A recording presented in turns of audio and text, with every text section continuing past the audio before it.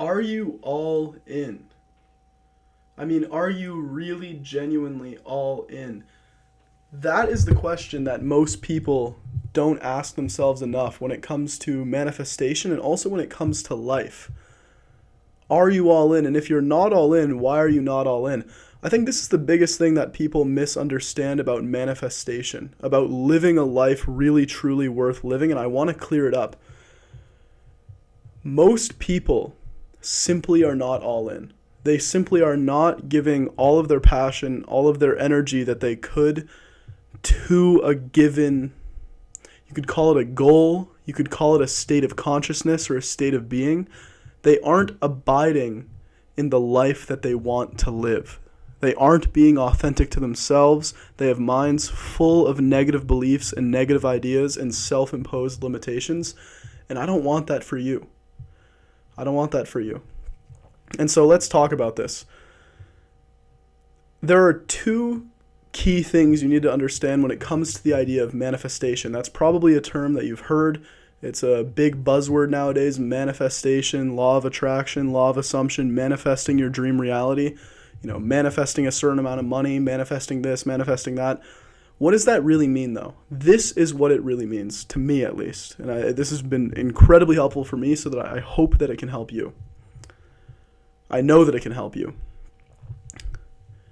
Manifestation is inwardly, within your state of consciousness, your state of mind, how you think, how you feel, abiding as the version of yourself that you desire to be now. So, for example, if your dream reality is that version of you that's happy, healthy, wealthy, in good relationships, that is kind and genuine and creative and authentic, if that's your dream reality, that's your vision, you have to fuel that energy inwardly. You have to have a calm mind. You probably have to meditate. You have to visualize it. You have to feel those emotions. You have to think those thoughts. You have to fire and wire those new beliefs within you so that your self-image, your perception of yourself, is identical to that of your desired reality inwardly. And then outwardly, in your actions that you take every single day, you want to do the opposite of that. This is paradoxical. Let me explain. The key to manifestation is inwardly feeling like whatever you want to manifest is already done. It's yours here and now. And outwardly acting as if you are a million miles away from it. What does that mean? What does that mean like? For example, let's say that you want to manifest your dream physique. You want to be super healthy, super happy with how you feel about yourself, how you look. That's your ideal manifestation. That's what you want to manifest. The key is to meditate on that idea. Visualize that idea until you feel like it's already yours, so that wherever you walk, wherever you go, how you talk, how you carry yourself is as if you were already abiding in that physique, already abiding in that reality. All right, inwardly. And then outwardly, you want to go all in. So whatever that all-inness looks like to you, tracking your gym progress, hiring a personal trainer, going to the gym more often, tracking your meals, whatever it is, you want to outwardly be all in. Go all in with your actions, align your actions, and inwardly feel like it's already done.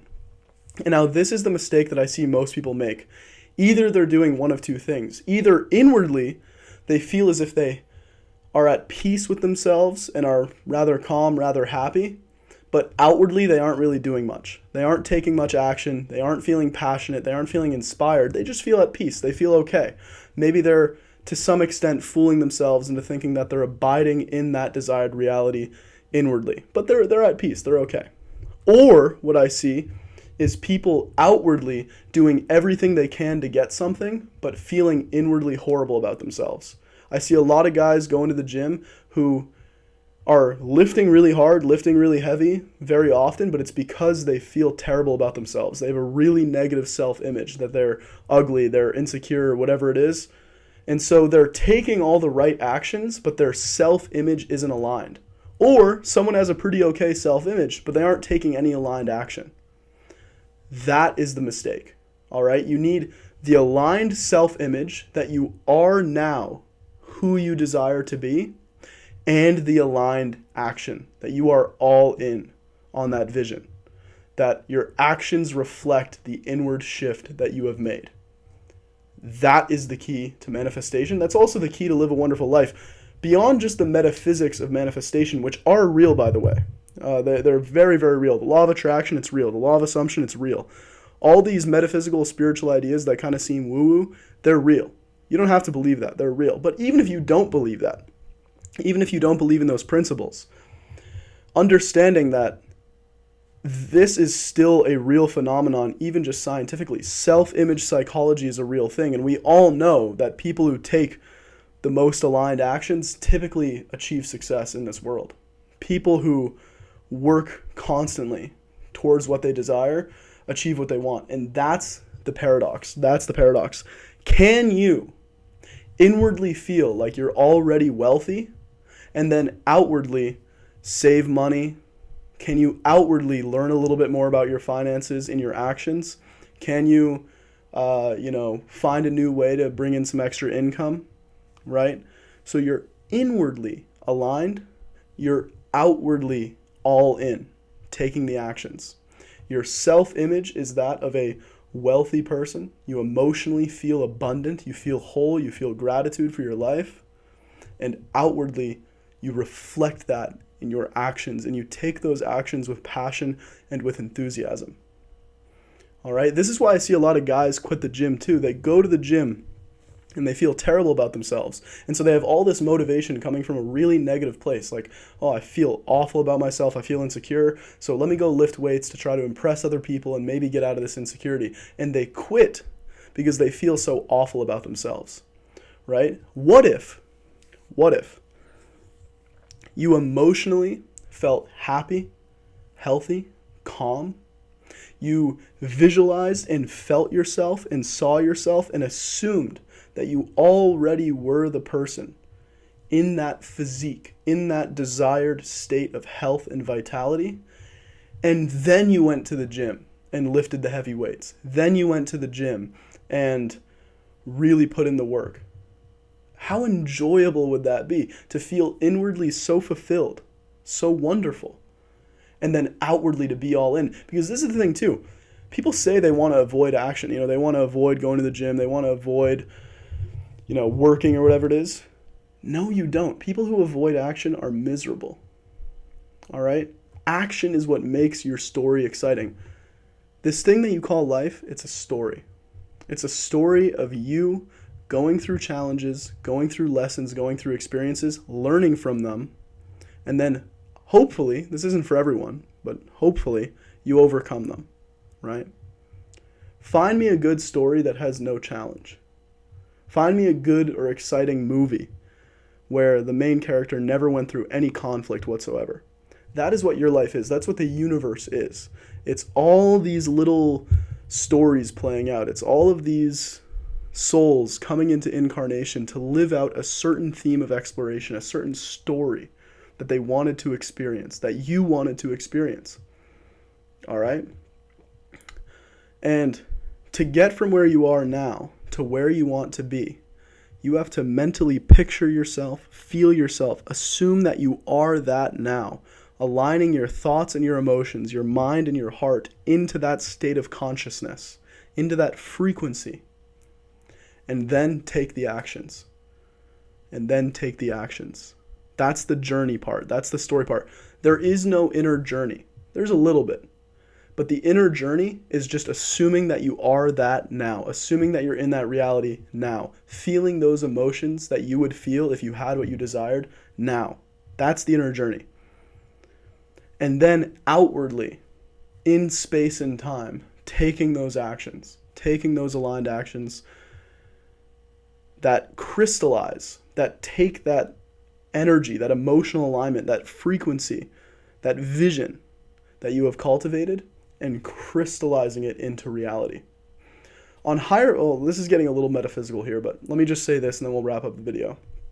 On higher planes of reality, higher planes of consciousness, anytime you think about something, it manifests. If you think about a place, you'll be there instantaneously. If you think about an object, it will crystallize out of the universal energy, out of the universal light, what people call the quantum field, instantaneously on non-physical planes of reality. But here, in physical reality, where we live on planet Earth and we abide by the laws of physics, or we abide by certain rules of space and time,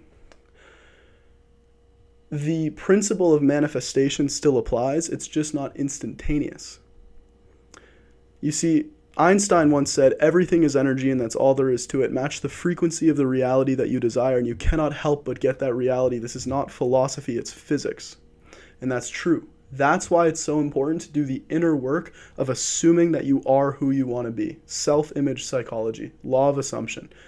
You assume that you are that, you feel it, you envision it, you picture it, you abide by it, you think like that person, you think like the higher self, the future self, and you bring it into the present. You become and embody that person here and now. All right? So you achieve the emotional, the energetic, the frequency alignment first. But then there's a crystallization process, like planting a seed. When you plant a seed, it might sprout in a few days, a few weeks, a few months, whatever it is. That's the same thing with manifestation. That's the same thing with consciously creating your reality as it applies to the physical dimension, as it applies to the dimension that we are in, which is that once you've achieved the emotional alignment, it's already done on higher planes. On higher non-physical planes, whatever your creation is for that dream physique, for that abundance that you seek, all wonderful things, all perfect, wonderful things. You're here to live the life of your dreams, in case you didn't know that already. It's already done on those higher planes, but it now needs to come into physical space and time.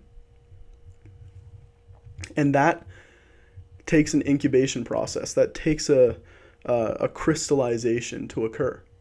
And so again, what the process is inwardly, you feel as if you already have it now. For example, if you're seeking wealth or abundance, what would it be like if you received a deposit of $100,000 in your bank account yesterday?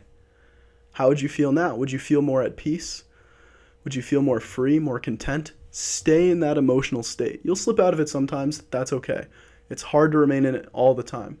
But stay in it as much as you can. Visualize it when you can. Think about it. Think that way. What would it be like if it already happened?